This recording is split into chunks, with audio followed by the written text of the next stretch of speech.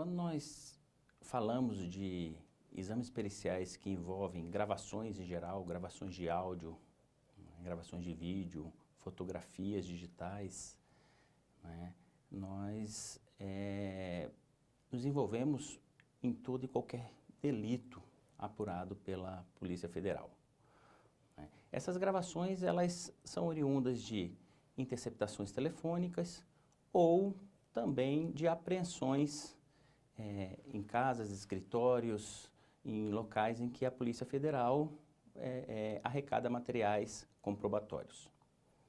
A autenticidade da gravação, que na realidade nós denominamos como o exame de verificação de edições, é um dos exames em que, levantada a hipótese de que aquele material foi adulterado, a perícia vai, utilizando todas as técnicas possíveis, todos os meios possíveis, tentar encontrar uma comprovação ou uma evidência de que, de fato, aquele material foi adulterado. E o que é uma adulteração numa gravação de áudio ou até mesmo uma gravação de vídeo ou numa imagem qualquer?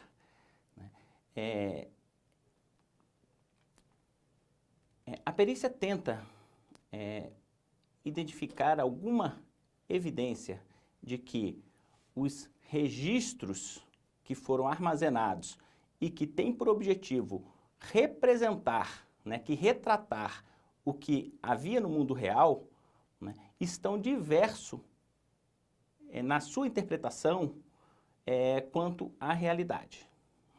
Então, a perícia se ampara em diversos elementos, não só em elementos acústicos da gravação, quando a gente fala em áudio, mas também elementos de registro daquele arquivo de áudio armazenado, assim como elementos também circunstanciais, mas circunstanciais objetivos, alegados pela defesa e alegados também pela acusação.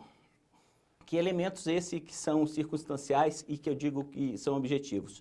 Por exemplo, a acusação, ela via de regra, se ela tem o objetivo de fortalecer a prova de áudio, ela tem que dizer ao juiz como foi captada aquela gravação, quais são os equipamentos que ela utilizou, como que foi que aconteceu. E de posse de todos os elementos do ambiente, do equipamento gravador, a perícia tenta ver se está coerente tudo que está sendo alegado pela acusação com os registros armazenados naquela gravação. Olha, o trabalho realizado pela equipe pericial que se envolveu na análise da gravação, envolvendo aí o presidente da República, na realidade esse trabalho foi realizado da mesma forma como foi realizado qualquer outro trabalho que se busca dar uma credibilidade àquela gravação. Então, num primeiro momento, a perícia fez uma solicitação para que se encaminhassem também os equipamentos alegadamente utilizados naquelas gravações. E por que da importância de se encaminhar esses equipamentos que foram alegados, que estão sendo alegados e supostos de terem realizado aquelas gravações? Porque você pode fazer análise comparando os registros que são produzidos pelo equipamento para ver se são coerentes com os registros da gravação. Então, esse foi um tipo de análise realizada. Outro tipo de análise realizada é uma análise perceptual e dioitiva, onde os peritos avaliam diversos elementos e diversos parâmetros técnicos, tanto da própria fala, quanto acústico do próprio som, da própria gravação. Além dessas duas análises, combinada, temos também, e foi também realizada, uma análise de metadados. O que são metadados? São informações do próprio arquivo e do conteúdo da gravação. São informações que são relevantes para a perícia. Que tipo de informações que pode trazer? Pode trazer, por exemplo, informações de datas, pode trazer informações de locais, pode trazer informações diversas relacionadas ao conteúdo gravado e ao arquivo, que é um recipiente que está contendo aquela gravação. Não estou dizendo com isso que no caso do presidente Temer, todos esses elementos estavam presentes, mas a perícia busca investigar todo e qualquer elemento passível de análise, né, para que dê a solidez. E essa foi, em linhas gerais, a metodologia utilizada pelos peritos da Polícia Federal nesta análise da gravação do presidente Temer ou em qualquer outra análise que envolva a autenticidade da gravação.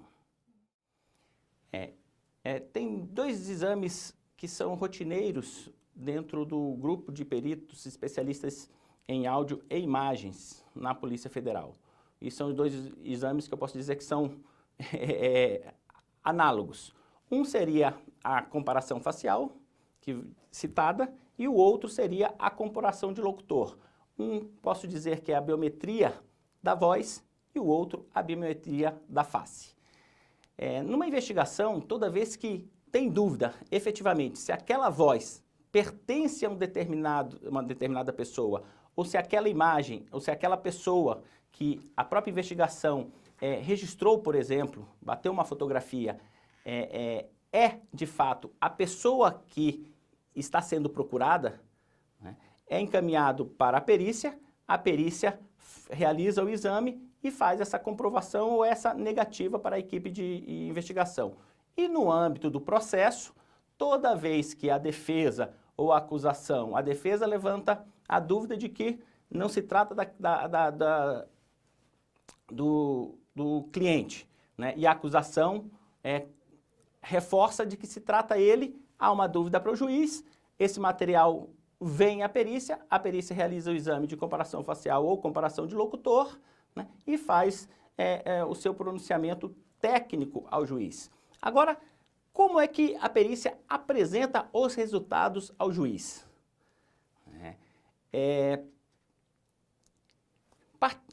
Primeiro nós temos que entender o conceito do exame. O primeiro conceito do exame foi levantada uma hipótese. A hipótese é, aquela face, né, aquela face que está registrada em determinada imagem, pertence a fulano de tal, essa é a hipótese levantada.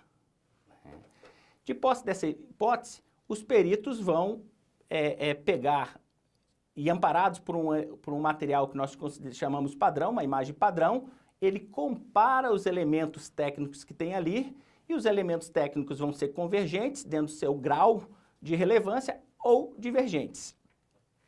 E dentro do conjunto desses elementos convergentes e divergentes, a perícia ela sustenta a hipótese inicial. Ela pode sustentar fracamente, moderadamente, fortemente ou muito fortemente a hipótese de que se trata a mesma pessoa. Ou pode contrariar a hipótese que é a negativa de, entre aspas, autoria. Olha, não dá para se falar em margem de erro porque não existe nenhum estudo que eu conheça no Brasil ou até mesmo fora do Brasil quando se fala de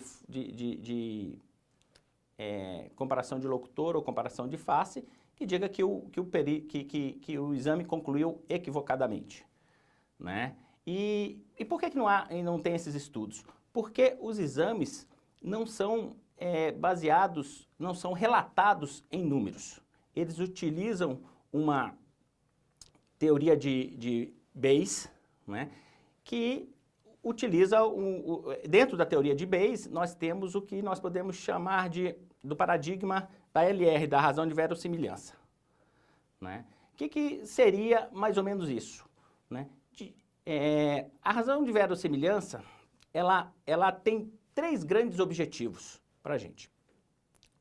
Sem apresentar números, por causa da dificuldade devido à natureza, a dificuldade prática devido à natureza dos próprios exames e sobretudo, das características dos materiais. Né? Então, o estado da arte, hoje, não permite que a gente quantifique números. Para isso, existe toda essa teoria de Bayes, que permite, através de inferições, e essas inferições são baseadas em elementos técnicos que os peritos utilizam nas suas análises, para que ele possa dar ao juiz o peso da evidência. Né? E o que seria o peso da evidência? Né? Então, pensando que o que nós temos ao processo é o vestígio são os elementos materiais. E o que seria a evidência? A evidência seria pegar os vestígios, usando uma metodologia adequada, você interpreta aqueles vestígios e o resultado desta interpretação, eu posso dizer que é a evidência que eu estou entregando para o juiz. Então, esse resultado que eu estou entregando para o juiz, ele pode ter graus. Então, ele pode estar mais forte ou mais fraco. Né? Então, é o peso da evidência que nós entregamos ao juiz. E qual é a outra grande vantagem de nós usarmos esse paradigma da LR, essa teoria e essa forma de apresentação? É que nós respeitamos, né, o método pericial respeita o contraditório do processo penal. Dando a oportunidade, né, e colocando em contraponto, né, tanto a hipótese levantada pela acusação de se tratar da mesma pessoa, quanto a hipótese levantada pela defesa de não se tratar. Então ela pega essas duas hipóteses e, com base nas análises dos elementos que ela levantou convergentes, né, e algumas vezes também, dependendo do exame, desses exames propriamente dito, é natural que haja divergência também, ele consegue emitir o seu relato, e o relato, ele também é em graus. Pode ser um relato mais forte para o juiz ou menos forte. E se a perícia não conseguir, diante desses elementos que juntou, né, emitir algum pronunciamento, ela simplesmente vai dizer que não há condições de dizer para que lá, não há condições de apontar, né, ou de indicar se se trata ou não da mesma pessoa. Na realidade, todas essas investigações, grande parte das investigações dentro da Polícia Federal ou dos processos criminais que envolvem a Justiça Federal e que se coloca em dúvida a credibilidade da gravação, né, a integridade daquela gravação, a perícia passa a ser fundamental naquele caso.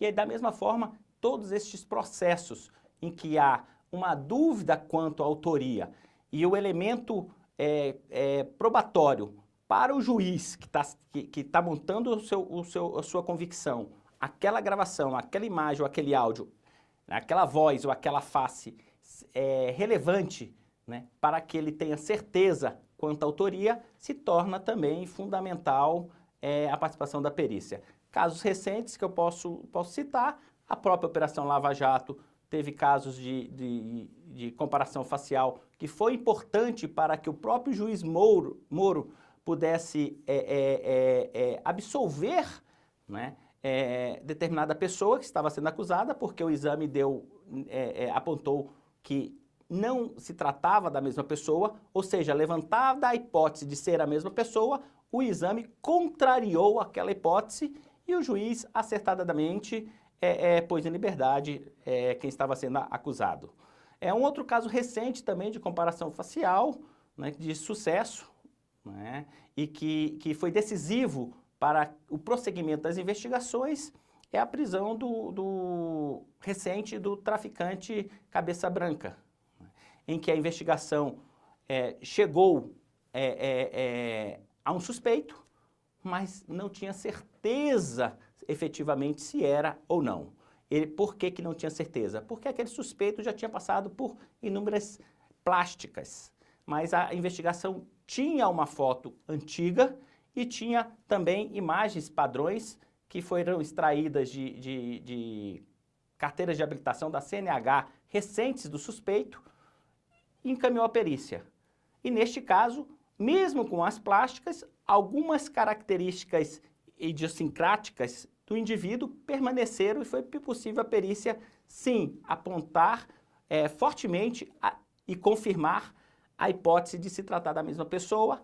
Foi feito o pedido ao juiz para dar prosseguimento às investigações e deflagrada a operação, houve a prisão e o sucesso de toda a investigação. Tem casos em que nós já recebemos ligações de promotores, não é? Porque o nosso resultado deu negativo. Imagina um caso onde você tem um bandido de alta periculosidade, onde ele já está condenado, né, a diversos outros crimes, né, e chega um exame para ser realizado e a perícia diz não se trata da mesma pessoa. Então eu achei bastante interessante, porque o promotor ligou e falou, mas como não é a mesma pessoa? Todos os indícios apontam a ser ele.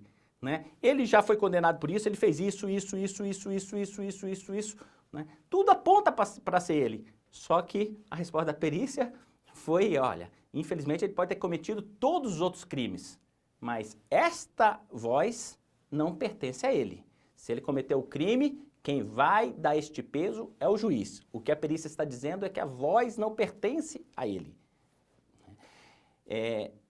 E este é o trabalho da perícia. A perícia ela não está ali para fazer nenhuma acusação e nem absolver ninguém.